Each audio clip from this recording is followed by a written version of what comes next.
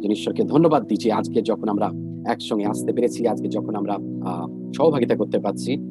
বাংলাদেশ আমার হৃদয়ের মধ্যে একটা বিশেষ স্থান রাখে, কারণ সেখানে আমার অনেক ভাইরা রয়েছে, যাদেরকে আজকের অনেককে আমি আজকে স্ক্রিনে দেখতে পাচ্ছি। আর সবচেয়ে ভালো লাগছে দেখে যখন আজকের আমি জোয়েলকে দেখি, জোয়েল এবং Itu, God bless you my friend. কারণ যখন তারা আক্রান্ত হয়েছিল কোভিড দ্বারা, we were praying like anything, we were praying, আমরা এত প্রার্থনা করছিলাম যে প্রভু তুমি দয়া করো, প্রভু গো। আজকে যখন দেখি আইজাক দেখে, যখন ভাই জেসেনকে দেখি, আরো অনেকে রয়েছে যাদের আমি দেখি, আই রিয়েলি ফিল গুড। যে কারণে এখন কোভিড পরিস্থিতি, আমরা আপনারা না এদিকে আসতে পাচ্ছেন, না আমরা এদিক থেকে ওদিকে যেতে পারছি, কিন্তু ঈশ্বরকে ধন্যবাদ করি প্রযুক্তির জন্য, টেকনোলজির জন্য, যে আমরা অন স্ক্রিনে আসতে পারি, আমরা অন স্ক্রিনেতে আমরা সহভাগিতা করতে পারি।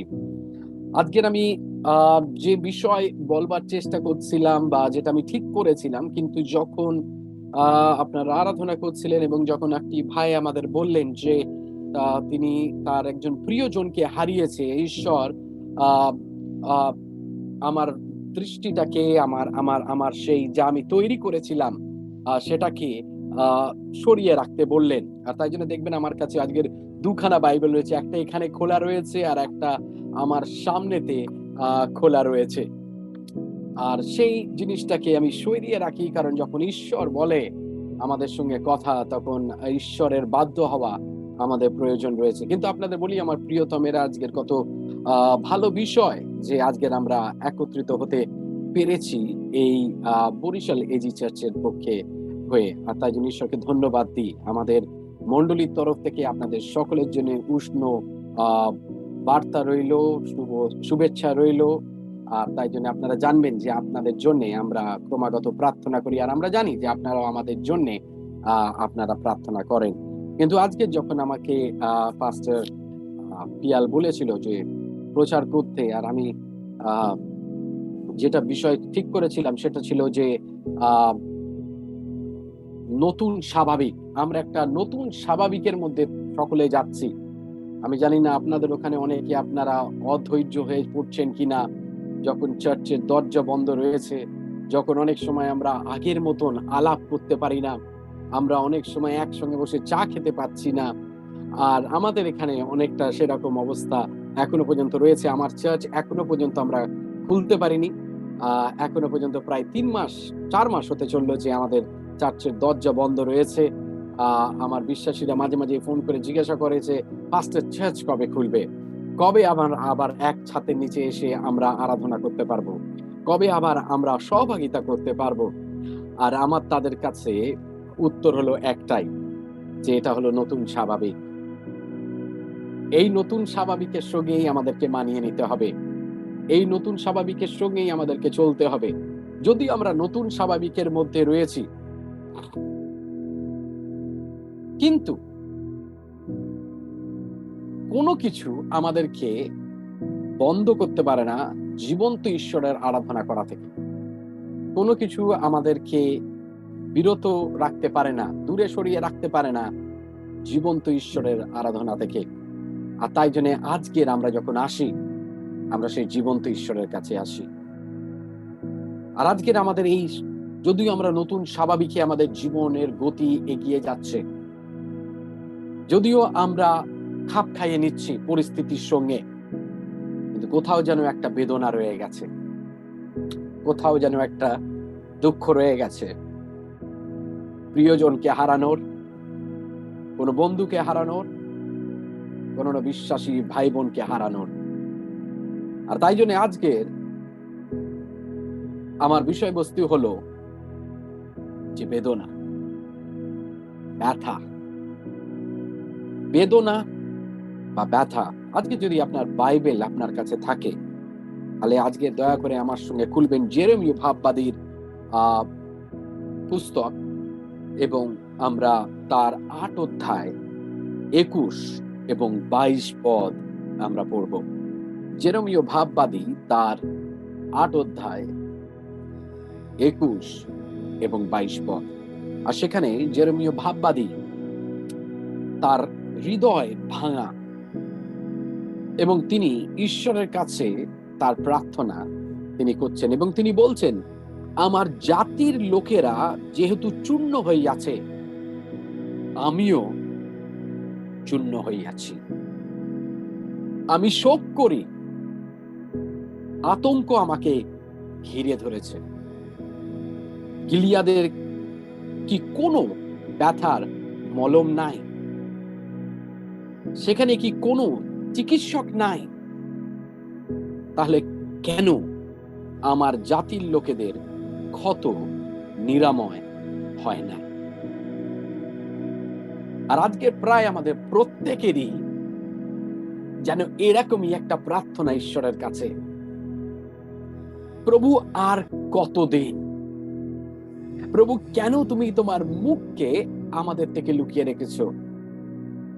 প্রভু, যখন আমার প্রিয়জনরা, যখন আমার বন্ধু বান্ধবরা, যখন আমার রিলেটিভরা, প্রভু তারা এই পরিস্থিতির মধ্যে থেকে যাচ্ছে, কঠিনতার মধ্যে থেকে যাচ্ছে, প্রভু আমিও চূর্ণ হচ্ছি, বারংবার প্রভু চূর্ণ হচ্ছি।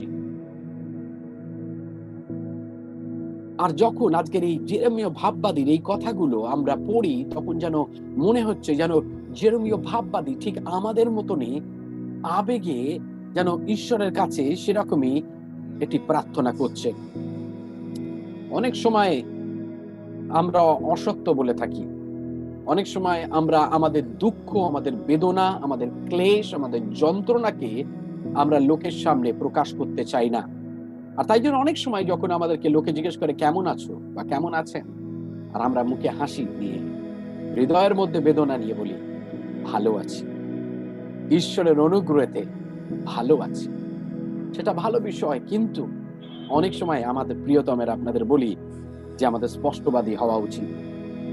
অনেক সময় আমাদের হৃদয়ের যে ব্যথা সেটাকে প্রকাশ করা উচিত কোনো খ্রিস্টীয় ভাই বা বোনের কাছে, ব্যক্ত করা উচিত, যাতে সে আমার সেই ভাবকে বোঝে, সে যেন আমার যন্ত্রণাকে বোঝে, সে যেন আমার দুঃখ, আমার কষ্টকে যেন বোঝে। আর জেরেমীয় ভাববাদী ঈশ্বরের কাছে আসছে এবং তিনি তার নিজেকে প্রকাশ করছে, তার যন্ত্রণাকে প্রকাশ করছে। তার তার সেই কথার সুরগুলো শুনুন আরেকবার। আমার জাতির লোকেরা যেহেতু চূর্ণ হইয়াছে, আমিও চূর্ণ হইয়াছি। আমি শোক করি, আতঙ্ক আমাকে ঘিরে ধরেছে। গিলিয়া দেখি কোনো ব্যথার মলম নাই, যেটা আমার সেই ব্যথাকে, আমার সেই চূর্ণ দশাকে নিরাময় করতে পারে। আমাদের শারীরিক ক্ষত অনেক সময় কেটে গেলে, ভেঙে গেলে ছেড়ে যায়,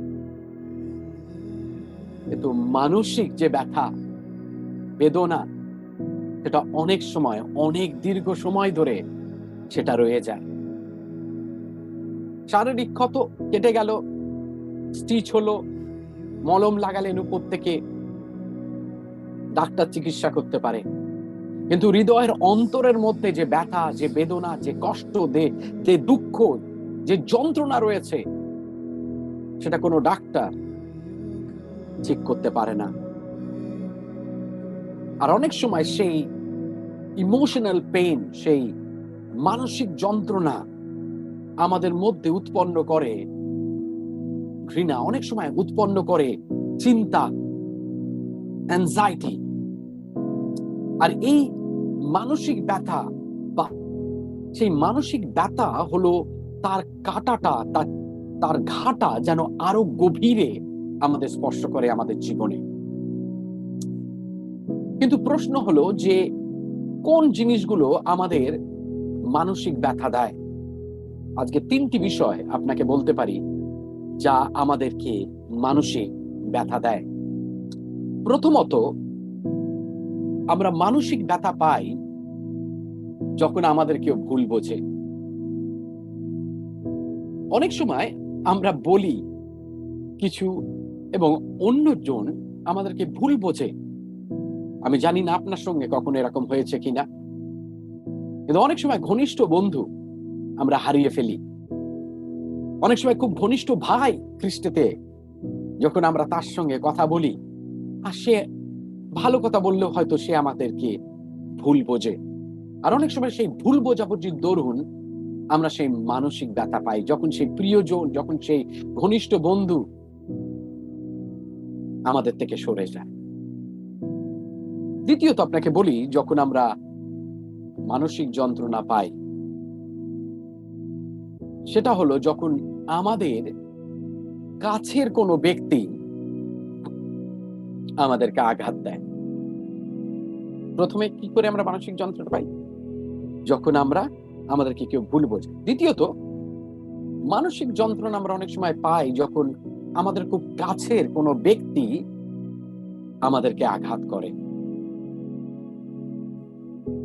আর যখন আমরা যোহন লিখিত সুসমাচার তার 2 অধ্যায় আমরা দেখি, আজকের অনেক জায়গাতে হয়তো আমরা দেখবো, একটু সময় হয়তো আমাদের যাবে, কিন্তু আমার মনে হয় যে আমরা যে বিষয় চর্চা করছি সেটি আমাদের বোঝা এবং জানার প্রয়োজন রয়েছে।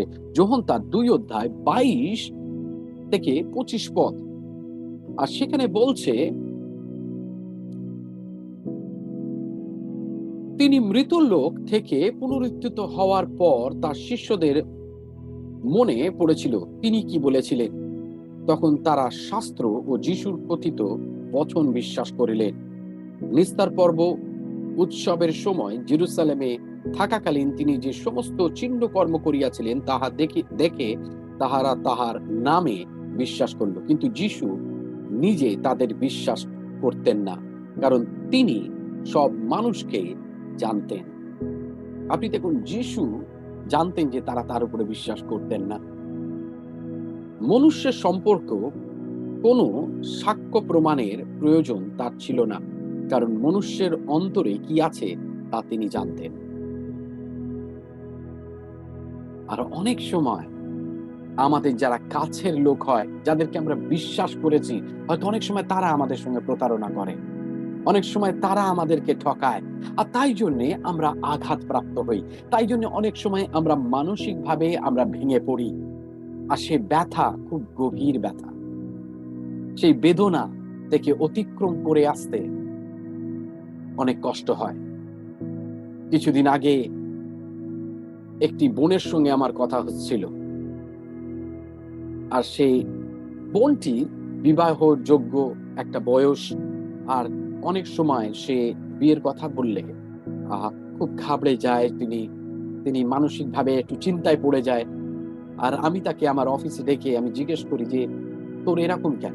তুই কেন অনেক সময় যখনই আমি তোকে বলি যে চোখ খোলা রাখ, প্রার্থনা কর, একটা বয়ফ্রেন্ড জোগাড় কর যাতে আমরা তোর বিয়ে দিতে পারি, এরকম কেন করিস? তুই সবসময় বলিস, না না না আমি ওসব চাই না, আমি সারা জীবন অবিবাহিত থাকবো। আর সেদিনকে সে তার দুঃখের কথা আমাকে বলে। অনেক সময় আমি জানি না বাংলাদেশে হয় কিনা, কিন্তু ভারতে এটা অনেক হচ্ছে বা হয়। যখন তিনি ছোট ছিলেন, যখন তার বয়স 12-13, তিনি নির্যাতিত হয়েছিলেন তারই কোনো পরিবারের প্রিয়জন থেকে। আর যখন তার দুঃখের কথা আমি শুনছিলাম, আমি বুঝতে পারছিলাম যে তার যে মানসিক অবস্থা, তার ক্ষত, আজকে সে বিবাহযোগ্য একটি বয়সে এসছে, কিন্তু সেই ছোটবেলার ক্ষত আজও তাকে কুড়ে কুড়ে খায়, আজও তাকে তার দুঃস্বপ্নতে সেগুলো আসে। আমার প্রিয়তমেরা, অনেক সময় যাদেরকে আমরা ভালোবাসি, যাদেরকে আমরা বিশ্বাস করি, তাদের থেকে যখন আমরা আঘাত পাই, তখন আমরা চূর্ণ বিচূর্ণ হয়ে যাই। তৃতীয়ত, কোথা থেকে আমরা বেদনা পাই? আমরা অন্যের বেদনাকে অনেক সময় নিজের বেদনা করে নিই। আর সেটা খুব ভালো বিষয় যখন অন্যের দুঃখ আমাদেরকে ভাঙে। যখন আমরা দেখি গালাথীয় তার 6 অধ্যায় তার 2 পদ যখন আমরা পড়ি, গালাথীয় তার 6 অধ্যায় 2 পদ,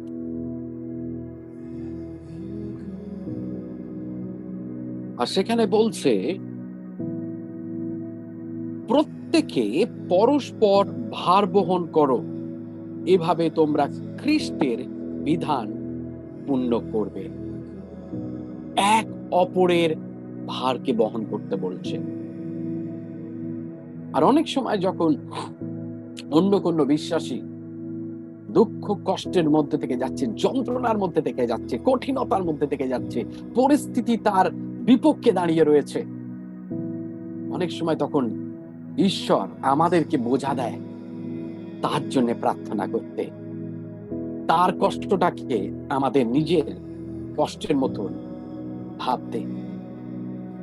ইংরেজিতে দুটো শব্দ রয়েছে, একটা হলো সিম্পাথি, যে অন্যের উপরে সিম্পাথি করা, আর একটা হলো এমপ্যাথি, সহানুভূতি বাংলাতে। এমপ্যাথি যখন আমরা বলি তখন সিম্পাথির ঠিক বিপরীত যেন সেটা। সিম্পাথি হলো দয়া, আমি কারোর উপরে দয়া করি, আহা ছেলেটার পাটা ভেঙে গেছে, আহা তার ক্যান্সার হয়েছে। কিন্তু এমপ্যাথি হলো যে সে যেরকম যে কষ্টের মধ্যে থেকে যাচ্ছে, সেই একই কষ্ট যেন আমি অনুভব করি, তার দুঃখটাকে আমি অনুভব করি। আর খ্রিস্ট বিশ্বাসী হওয়া দরুন অনেক সময় সেটা আমাদের ঈশ্বর যেন করতে বলছে, কেননা ঈশ্বর বলছে, প্রভুর বাক্য আমাদেরকে বলছে, এক অপরের ভার বহন করো। তার মানে কি আমি যদি ভাই পিয়ালের কিছু হয় আমি তাকে কাঁধে নিয়ে আমি বসে থাকবো? না, সে যেরকম বোধ করছে, সেই বোধ, সেই কষ্ট, তার সেই যন্ত্রণাকে যেন আমিও ফিল করি। তাই জন্য যখন আমরা ফিলিপিও তার 3 অধ্যায় আমরা দেখি, সেখানে সাধু পৌল যেন তিনি সেটাকে যেন খুব ভালো মতন তিনি ব্যক্ত করছেন। ফিলিপিও তার 3 অধ্যায় 10 পদ দেখুন আপনি, সাধু পৌল কি বলছেন। সাধু পৌল সেখানে বলছেন, আমি খ্রিস্টকে এবং তাহার পুনরুত্থানের পরাক্রমকে জানতে চাই। খুব ভালো বিষয়। তো তার পরের লাইনটা দেখুন, সেখানে কি বলছে, তার কষ্টভোগের সহভাগীও হতে চাই। আমি শুধু ঈশ্বরের সেই পরাক্রমকে দেখবো তাই নয়, ঈশ্বরের সেই ক্ষমতাকে দেখবো শুধু তাই নয়, ঈশ্বরের সেই অলৌকিক কাজকে দেখবো শুধু তাই নয়, কিন্তু আমরা তার কষ্ট ভোগের সহভাগিতাও যেন নিই। আমাদের অনেকেই রয়েছেন, আপনারা অনেকেই জানেন, আমাদের একটি বোন রয়েছে চিত্রিতা রয় বলে। এই বছরে তার 4th বার অ্যাক্সিডেন্ট হয়েছে। আর কিছুদিন আগে সে আমাকে বলছে, পাস্টার আমার সঙ্গে এরকম কেন হয়? পাস্টার এই বছরে 4খানা অ্যাক্সিডেন্ট আমার সঙ্গে। আর আমি কখনো মজা করি তাদের সঙ্গে, বলছি তোর সঙ্গে হয় কেন? তুই কি দেখে চলিস না? কখনো হাঁটতে হাঁটতে পড়ে যাস, কখনো স্কুটার থেকে পড়ে যাস। কিছুদিন আগে একটা গাড়িতে যাচ্ছিল, অপোজিট থেকে একটা লরি এসে তাদের সেই গাড়িটাকে মারে এবং ধাক্কা লাগে এবং সে পড়ে যায়, জখম হয়, তার হাত ভেঙে যায়, সেটাকে অপারেশন করতে হয়। আর আমাকে সে একটাই প্রশ্ন করে যে, পাস্টার কেন আমি? আর কিছুদিন আগে আমি হেসে ওকে একটাই কথা বললাম, সেটা হলো যে অনেককে ঈশ্বর কষ্ট ভোগ করতেও ডাকে। অনেক সময় আমরা সুখ চাই, কিন্তু কখনো কি ভেবেছেন আপনি, কখনো কেউ আমরা বলি না যে, প্রভু আমরা তোমার দুঃখ ভোগের সহভাগী হতে চাই, প্রভু আমরা তোমার গরিমার সহভাগী হতে চাই, প্রভু তোমার পরাক্রমকে দেখতে চাই। কিন্তু সাধু পৌল একমাত্র যিনি বুঝতে পেরেছিলেন, আর তাই জন্য তিনি কি বলছেন ফিলিপিওতে, তিনি বলছেন তার কষ্টভোগের সহভাগীও হতে চাই। শুধু প্রভু আমি তোমার গরিমার সঙ্গে আমি শেয়ার করতে চাই না, কিন্তু প্রভু আমি তোমার সেই কষ্টভোগ, তোমার সেই দুঃখ ভোগেরও আমি সহভাগী হতে চাই। একদিন আছে যেদিনকে আমরা প্রত্যেকে তার গৌরবের সহভাগী হব, তার পরাক্রমে সহভাগী হব। কিন্তু অনেক সময় ঈশ্বর আমাদেরকে ডাকে তার কষ্টভোগের সহভাগী হতে, কিন্তু সেটা আমরা আমাদের এই মানসিক চিন্তাধারা সেটাতে আমরা গ্রহণ করতে পারি না।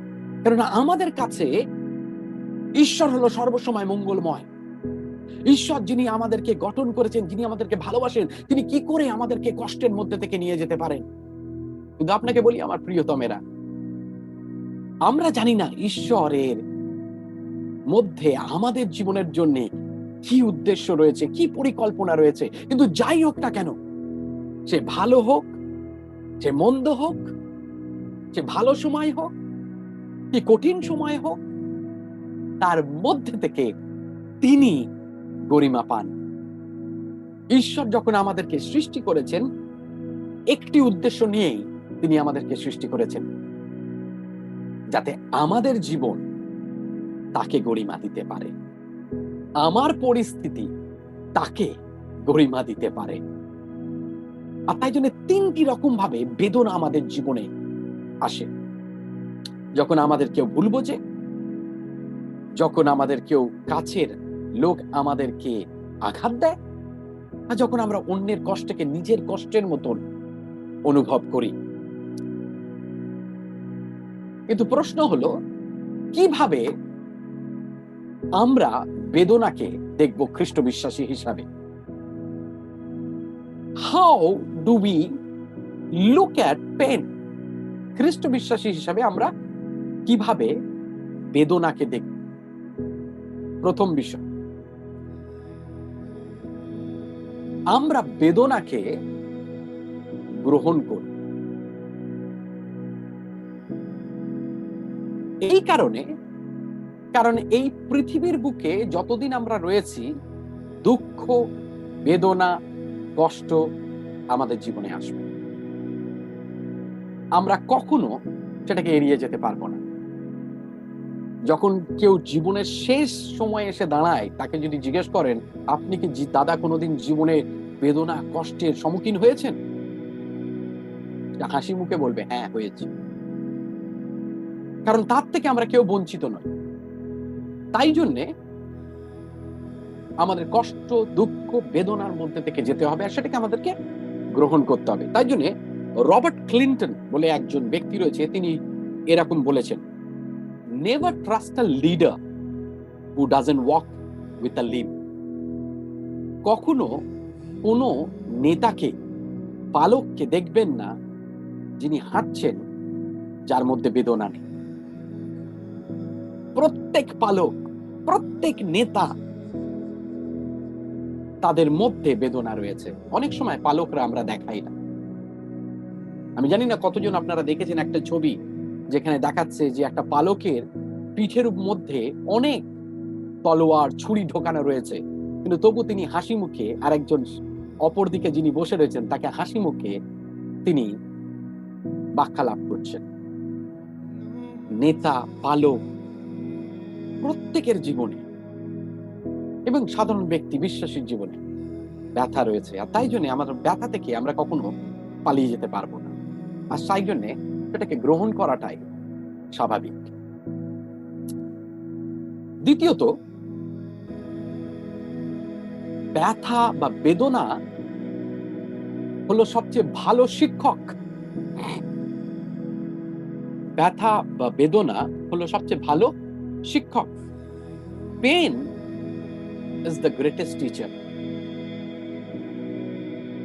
অনেক সময় ঈশ্বর বেদনা, ব্যথা, যন্ত্রণা, কষ্ট ব্যবহার করেন আমাদেরকে শিক্ষা দেওয়ার জন্য। অনেক কিছু যা আমরা কলেজের ক্লাসরুমে শিখিনি, স্কুলের ক্লাসরুমেতে শিখিনি, তার জীবনের বেদনা, দুঃখ, কষ্ট আমাদেরকে শিখিয়েছে।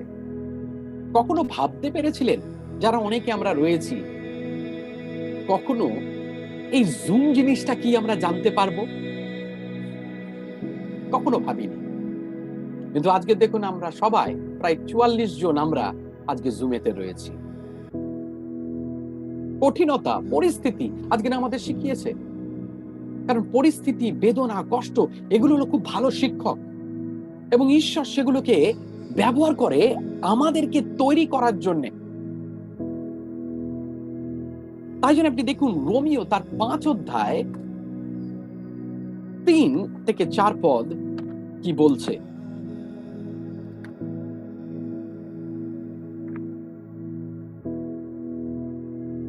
রোমিও তার 5 অধ্যায় 3 থেকে 4 পদ। শুধু তাই নয়, আমরা আমাদের দুঃখ কষ্টেও আনন্দ করি, কারণ আমরা জানি দুঃখ কষ্ট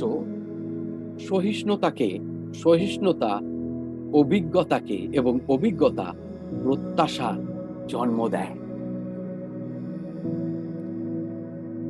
কেন? কারণ ব্যথা, বেদনা, কষ্ট খুব ভালো শিক্ষক আমার প্রিয়তমেরা। তৃতীয়ত, allow God to make you stronger through pain. ঈশ্বরকে আপনার ব্যথাকে ব্যবহার করতে দিন আপনাকে আরো পরিপক্ক এবং শক্তিশালী করতে। ইয়োব তার 42 অধ্যায় তার 5 পদে যদি আমরা পড়ি, সেখানে আমরা দেখতে পাই ইয়োব কি বলছে। দেখুন, ইয়োবের অভিজ্ঞতা থেকে আমরা একটু দেখি। ইয়োব তার 42 অধ্যায় একদম শেষ 42 অধ্যায় এবং তার 5 পদ কি বলছে। আর সেখানে তিনি বলছেন, তোমার কথা আমি কানে শুনিয়াছিলাম, কিন্তু এখন আমি স্বচক্ষে তোমাকে দেখিলাম। তিনি কি ঈশ্বরকে সত্যি করে দেখেছিলেন? না, তিনি ঈশ্বর তাকে যা যা যা বলেছিলেন, যা ব্যাখ্যা করেছিলেন, সেগুলো তার কাছে সুস্পষ্ট হয়েছিল। ব্যথার মধ্যে দিয়ে আমরা ঈশ্বরের নতুন দর্শন পাই, কারণ আমরা সুদিনে আমরা ঈশ্বরকে ভুলে যাই। এখন যখন কোভিড আমাদের কলকাতাতে কমে গেছে, আপনি যদি আমাদের জুম মিটিং এ বা কোনো কিছুতে দেখেন, খুব কম লোক। কিন্তু যেই আবার লকডাউন হবে, তখন দেখবেন গাড়ি গাড়ি লোক আসছে। কেন? কারণ সুদিন। আর সুদিনে অনেক সময় আমরা ঈশ্বরকে ভুলে যাই, কিন্তু সেই কঠিন দিনে আমরা ঈশ্বরকে ফিরে পাই। আর তাই জন্যে যখন আমরা কঠিনতার মধ্যে থেকে যাই, তখন আমরা ঈশ্বরের একটা নতুন দর্শন পাই, ঈশ্বরকে একটা নতুন দৃষ্টিভঙ্গি দিয়ে আমরা দেখি। ঠিক যেরকম যিশায়া তার 6 অধ্যায় বলে, তার পরম মিত্র হিজকিয় রাজা মারা গেছে এবং তিনি যখন মন্দিরে গেছেন, ততদিন পর্যন্ত তিনি তার রাজা, তার বন্ধুর উপরে তিনি নির্ভর করেছিলেন, কিন্তু সেদিনকে তিনি প্রথমবার জানলেন যে ঈশ্বর তখনও সিংহাসনে বসে রয়েছেন। তিনি একটা নতুন দর্শন লাভ করলেন। তাই জন্য আমাদের কষ্ট দুঃখের মধ্যে থেকে আমরা নতুন দর্শন লাভ করি। এবং শেষ বিষয় বলি, দুঃখ কষ্টের মধ্যে থেকে আমরা বুঝতে পারি যে আমাদের শক্তি হলো ঈশ্বর। অন্য কোনো কিছু থেকে আমার প্রিয়তমের আমরা শক্তি পাই না। আমাদের আসল শক্তি আমাদের সমৃদ্ধি নয়, আমাদের জ্ঞান নয়, আমাদের তালন্ত নয়। আমাদের আসল শক্তি হলো আমাদের ঈশ্বর। তাই জন্য সাধু পৌল বলছে, তোমার অনুগ্রহ আমার জন্যে যথেষ্ট। আর আজকের আমার প্রার্থনা, তার অনুগ্রহ আপনাদের প্রত্যেকের জন্যে যথেষ্ট। কেন? আজকের আপনার শক্তি হলো আপনার যিশু। কিছুক্ষণ আগেই আমরা একটি গান গেয়েছি, আমার একটাই আকাঙ্ক্ষা প্রভু তোমাতে আনন্দ করা। যদিও আমরা ব্যথা, বেদনা, কষ্টের মধ্যে থেকে যাই, তার মধ্যেও মনে রাখবেন ঈশ্বর আমাদেরকে গঠন করছে। তাই জন্য আমরা তখনও তার নামেতে তার গুণকীর্তন করতে পারি এবং তাতে আনন্দ করতে পারি। ঈশ্বর আপনাদের প্রত্যেককে আশীর্বাদ করুন। পাস্টার প্রিয়া।